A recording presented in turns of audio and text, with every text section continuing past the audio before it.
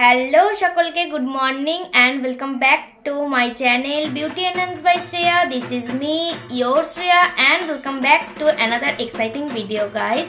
যেমনটা আমি তোমাদেরকে আগের দিন বলেছিলাম যে আমি আমার পুজোর সিরিজ স্টার্ট করে দিয়েছি, পঞ্চমীর লুকটা অলরেডি আমি তোমাদের সাথে শেয়ার করে দিয়েছি। আজকে আমি তোমাদের সাথে আমার ষষ্ঠীর লুকটাকে শেয়ার করব। এই লুকটা কিন্তু তোমরা তোমাদের ষষ্ঠীর দিন কিংবা অষ্টমীর দিন অঞ্জলি দেওয়ার সময়ও কিন্তু এই লুকটাকে ইজিলি ক্রিয়েট করতে পারো। আমি বেসিক্যালি এই লুকটাকে ক্রিয়েট করছি ষষ্ঠীর দিনের জন্য। আর কারা কারা পঞ্চমীর লুকটা দেখেছো তারা অবশ্যই কমেন্টে লিখে জানিও যে পঞ্চমীর লুকটা তোমাদের কেমন লাগলো। তো চলো আর দেরি না করে ডিরেক্ট আমরা জাম্প করি ভিডিওতে।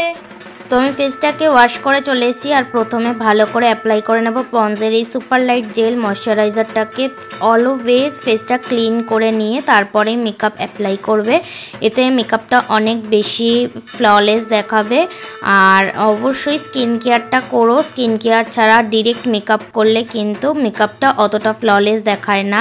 প্রপার স্কিন কেয়ার করলে তবেই তোমার মেকআপটা ফ্ললেস দেখাবে।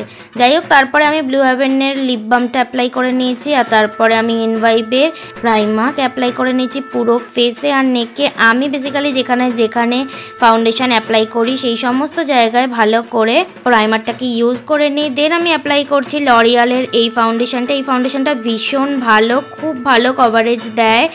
আর একবার তোমরা অ্যাপ্লাই করে আর দ্বিতীয়বার অ্যাপ্লাই করার কোনো প্রয়োজনই হবে না।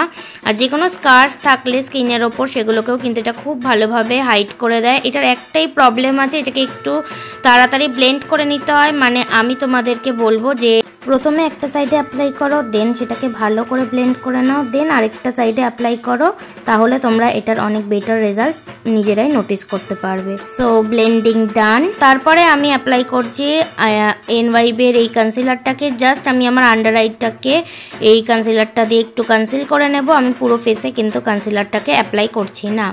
তারপরে এটাকে একটা ড্যাম্প বিউটি ব্লেন্ডারের মাধ্যমে ভালো করে এটাকে আমি ব্লেন্ড করে নেব। আর আজকে আমি একটু বেকিং করছি। যাদের অয়েলি या কম্বিনেশন স্কিন তাদেরকে আমি সাজেস্ট করব যে বেকিং করার জন্য, বাট যাদের ড্রাই স্কিন তাদেরকে বলবো তারা যেন কম্প্যাক্টই ইউজ করে।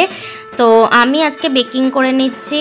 আর ইউজুয়াল পয়েন্টগুলোকে বেকিং করে কিছুক্ষণ তো রাখতে হয়, তো ততক্ষণে আমি আমার আইব্রোটাকে চলো সুন্দর করে ড্র করে নিই। আমি বেসিক্যালি এখন আর ড্র করি না, জাস্ট এইভাবে পুলির মধ্যে এই প্রোডাক্টটাকে নিয়ে আমি জাস্ট আমার গ্যাপগুলোকে ফিল ইন করে নিই। বাই দ্য ওয়ে, আমি এখানে সুইস বিউটির এই আইশ্যাডো প্যালেটটা ইউজ করেছি আইব্রোটাকে ড্র করার জন্য। তারপরে আমি ভালো করে আমার ফেস থেকে এক্সেস পাউডারটাকে ডাস্ট অফ করে নেব। আর যেই প্রোডাক্টটা এই ব্রাশে থাকবে সেটা দিয়ে আমি পুরো ফেসে আর নেকে এটাকে অ্যাপ্লাই করে নেব। দেন আমি এসএফআরের এই প্যালেটটার থেকে আজকে আমার ফেসটাকে কন্ট্রোল করে নিচ্ছি। আর যারা এখনও অবধি কখনো কন্ট্রোল করোনি তাদেরকে আমি সাজেস্ট করব একবার এই কন্ট্রোলটা করে দেখো। এতে ফেসটা একটা ডাইমেনশন চলে আসে আর ফেসটা দেখতে অনেক বেশি সুন্দর লাগে আর একদম ফ্ল্যাট ফ্ল্যাট লাগে না। তারপরে আমি সেম প্যালেট থেকে ব্লাশ অ্যাপ্লাই করে নিচ্ছি আমার চিকে আর একটুখানি চিনে। আর নোজে ব্লাশ অ্যাপ্লাই করতে আমার প্রচণ্ড ভালো লাগে, তাই জন্য একটু ব্লাশ বেশি করেই অ্যাপ্লাই করে নিলাম। তারপরে আমি সেম প্যালেট থেকেই এই হাইলাইটারটা পিক করে আমার ইউজুয়াল পয়েন্টে হাইলাইট করে নেব। আর আমার বেশি হাইলাইটার অ্যাপ্লাই করতে একদম ভালো লাগে না, তাই জন্য জাস্ট আমি আমার চিনে আর নোজে অ্যাপ্লাই করেছি। আর তারপরে একটা বিউটি ব্লেন্ডার দিয়ে এটাকে ড্যাপ করে নিলাম, তাহলে আমার মনে হয় বেশি ন্যাচারাল দেখতে লাগে। তারপরে আমি এইচআরের এই প্যালেটটার থেকে আজকে রেড শেডটাকে পিক করে নিচ্ছি। পিক করে নিয়ে আমার পুরো আইলিডের মধ্যে এটাকে অ্যাপ্লাই করে নেব। আর আই লুকটাও আমি সিম্পল রাখলাম যাতে সবাই ক্রিয়েট করতে পারে, কারণ কাট ক্রিজ ক্রিয়েট করার মতন সময় আই গেস পুজোর সময় সবার হাতে থাকে না, তাই জন্য আমি খুব সিম্পল একটা আই লুক দেখালাম। তারপর একটা গোল্ডেন শেড, যেহেতু আমার শাড়িতে গোল্ডেন আছে সেই জন্য একটা গোল্ডেন শেড পিক করে নিয়ে ইনার আই থেকে আমি মিডিল আই অবধি এটাকে অ্যাপ্লাই করেছি। আমি কিন্তু আউটার আইয়ের দিকে এটাকে নিয়ে যাইনি। তারপরে আমি এনভাইবের এই লাইনারটা অফ ক্যামেরায় পরে নিয়েছি, কারণ লাইনারটা আমি বোধহয় আর কোনোদিনই অন ক্যামেরা পরতে পারবো না, আমার হাত এত কাঁপাকাঁপি শুরু করে দেয়। তারপরে আমি আজকে হোয়াইট কাজল ইউজ করছি। আমি কিন্তু এখানে ব্ল্যাক কাজলও ইউজ করতে পারতাম, বাট আমার মনে হলো বেশি ওভার দেখতে লাগবে, তাই জন্য লুকটাকে একদম ক্লিন রাখার জন্য আমি হোয়াইট কাজলটাকে অ্যাপ্লাই করেছি। তোমরা চাইলে ব্ল্যাকও অ্যাপ্লাই করতে পারো। After that I am using মার্সের এই মাস্কারাটা। এই মাস্কারাটা আমার প্রচণ্ড ফেভারিট, এটা ভীষণ অ্যাফোর্ডেবল অ্যাফোর্ডেবল আর খুব ভালো কাজ করে। তো মোটামুটি আমি কিন্তু রেডি হয়েই গেছি।